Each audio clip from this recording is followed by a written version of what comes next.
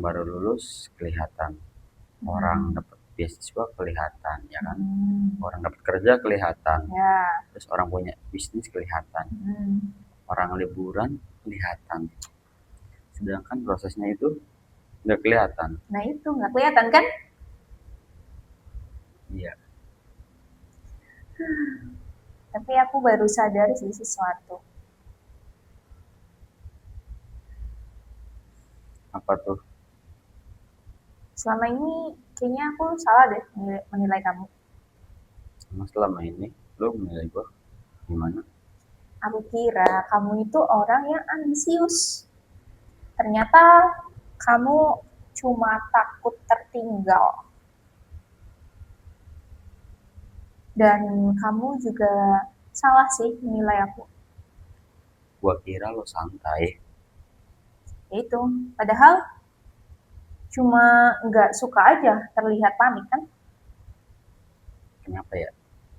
Ya karena kalau aku udah mulai cerita, aku tuh malah takut gitu loh jadi beban buat orang lain. Emangnya lo pernah cerita ke siapa aja? Ya nggak banyak sih, bisa dihitung lah.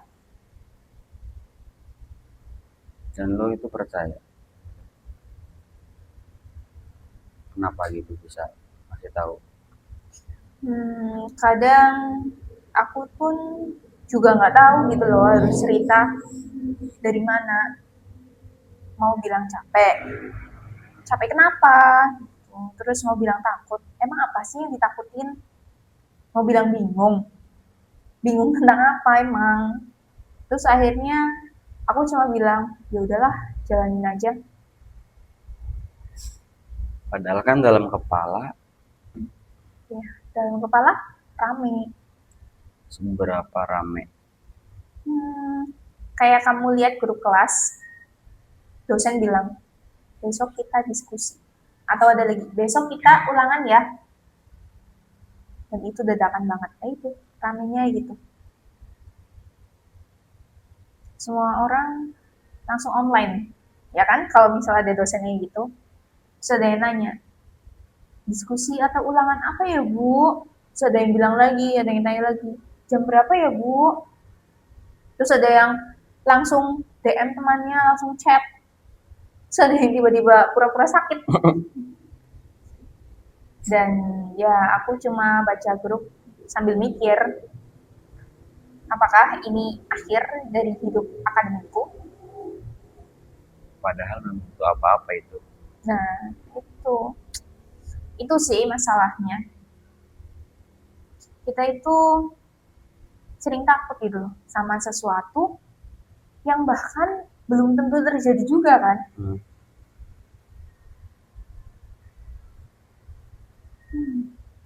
Kalau dipikir-pikir sebenarnya tuh yang paling bikin mahasiswa stres itu bukan skripsi sih menurut gua.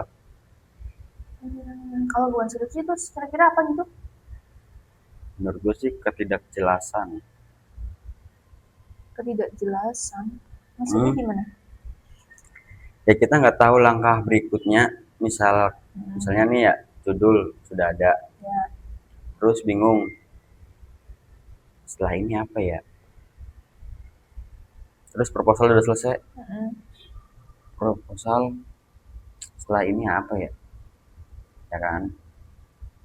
Terus data sudah terkumpul, terus tuh diapain datanya gitu. terus, Terus data sudah diolah, terus hasilnya tulis bagaimana gitu kan hasilnya. nah itu dia. Akhirnya kita buka Google, Cari apa? contoh skripsi. Terus kan kita buka 5 file gitu. Ya, terus Nah, kita kan buat pembanding itu. Dan ternyata kita makin bingung karena kebanyakan file itu.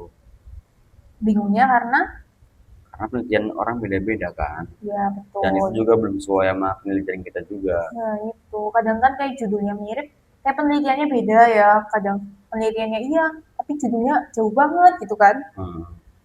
Akhirnya kan kita buka di YouTube tuh. Ya, cari tutorial kan. Iya, Dan terus akhirnya kita tahu cara membuat daftar isi otomatis. Padahal yang dicari metode penelitian kan.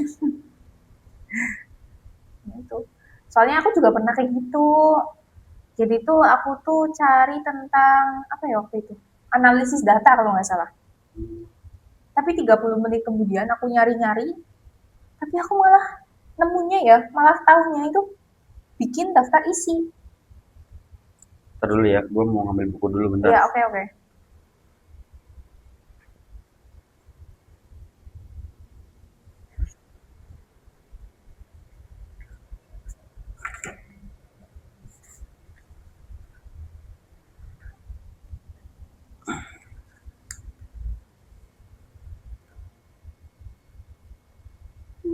Gitu deh. Jadi aku nyari video apa, tapi malah ilmuku yang bertambah apa gitu loh, nggak sinkron. Ini karena lebih gampang gitu sih. Iya bener emang. Otak kita memang suka memilih pekerjaan yang lebih mudah. Hmm. Ya karena kita jadi merasa produktif kan. Iya, padahalnya kan sebenarnya kita menghindari. Betul ya. Sekarang kita bahas yang paling menyeramkan aja. Aduh menyeramkan ya. Apa emang? Olah data.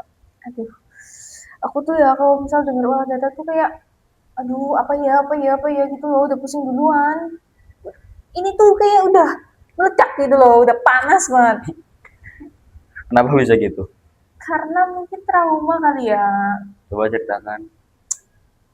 Itulah, aku tuh pernah buka XPSS Hmm, aplikasinya itu. Terus aku lihatlah tampilannya. Tampilannya kan banyak banget ya menu-menunya dan hmm. lain-lainnya. Udah, aku tuh tutup lagi. Udah gitu. Terus, habis itu, Ya udah, aku tutup aja udah. Aku serius. kenapa itu?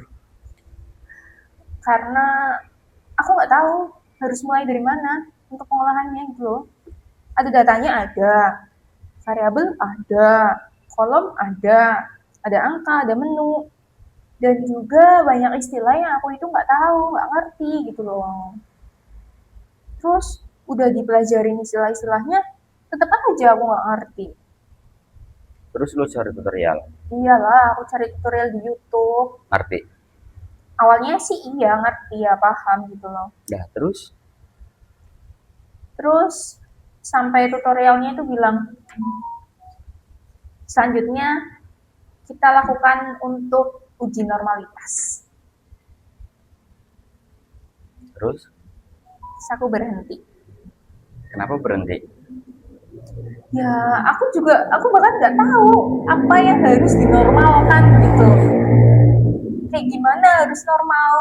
Kenapa harus normal? Ya aku pikir data itu ya udah data. Kenapa sih harus punya kesehatan mental juga yang harus dikatakan normal? Tapi sebenarnya sih di situ juga sih masalahnya. Aku itu bukan nggak mau belajar. Sebenarnya aku mau kok. Tapi aku itu butuh orang yang bisa menjelaskan yang sesuai penelitianku gitu loh. Berarti bukan sekedar tutorial umum gitu ya? Iyalah, iya. Karena ya kalau cuma lihat tutorial di YouTube, kita itu sering tahu caranya, tapi nggak tahu kenapanya gitu loh, penyebab ini itu kenapa gitu.